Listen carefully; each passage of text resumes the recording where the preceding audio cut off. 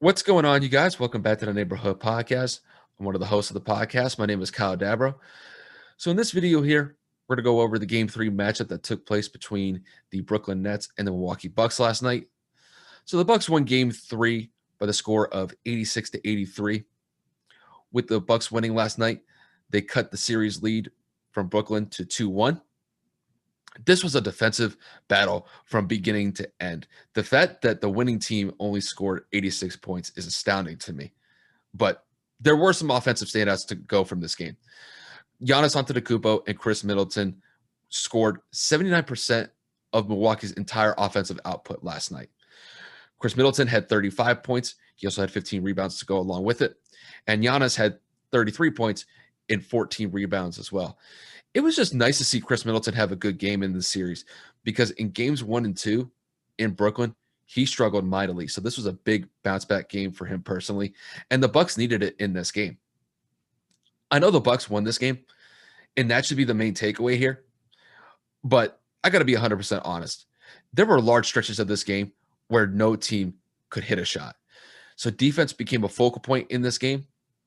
And just talking about Milwaukee here for a second, they really stepped up their defensive performance in this one because in games 1 and 2, their defense was atrocious.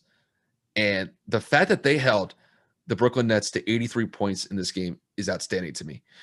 Brooklyn typically hits 83 points by the third quarter in most games, but not in this one. The Bucks were able to block 8 of Brooklyn's shots, and Brook Lopez had a fantastic night. He was able to block 5 of those shots.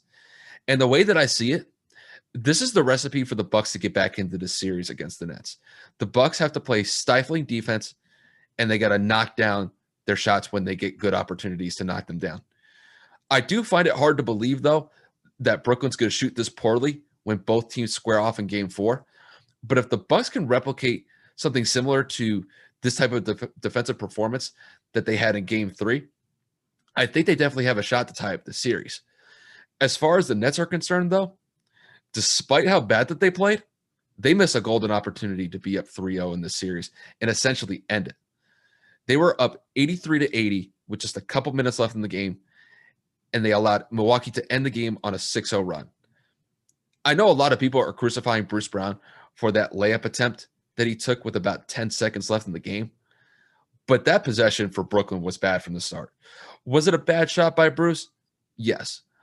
But based on the circumstances of how that possession started, I'm not going to be too harsh on Bruce for trying to make a play there. Honestly, Kevin Durant was covered in the corner, and a lot of the shooters were still out in the perimeter. They were being guarded as well. So Bruce tried to make a play. It just didn't end up working out. And, when you look at it, you could say, oh, well, it cost Brooklyn the game. Not necessarily.